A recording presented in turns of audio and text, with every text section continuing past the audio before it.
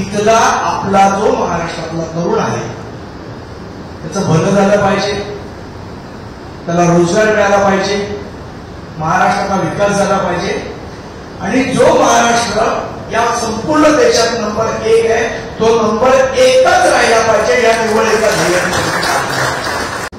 एक उभेहूब शिवसेना प्रमुख हे राज्यसभांच्या रूपाने संपूर्ण महाराष्ट्र आणि व्यासपीठावर असलेले स्थानिक आमदार श्री सुधा सरवटकर त्या सगळ्यांना समजत असेल तर त्यामुळे त्यांना थोडा उशीर जरी झाला असला तरी पुढे जाण्यासाठी त्यांच्या प्रयत्नासाठी ते मोलाचं असेल.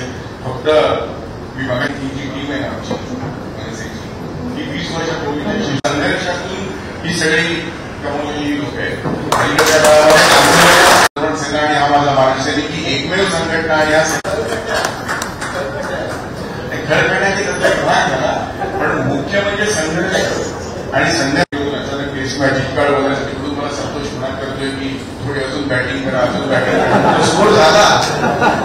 मी माझ्या विरोधात दुसऱ्या पक्षाचे असतील ते म्हणून काम केलं तर त्यांची कामं मी करणार नाही.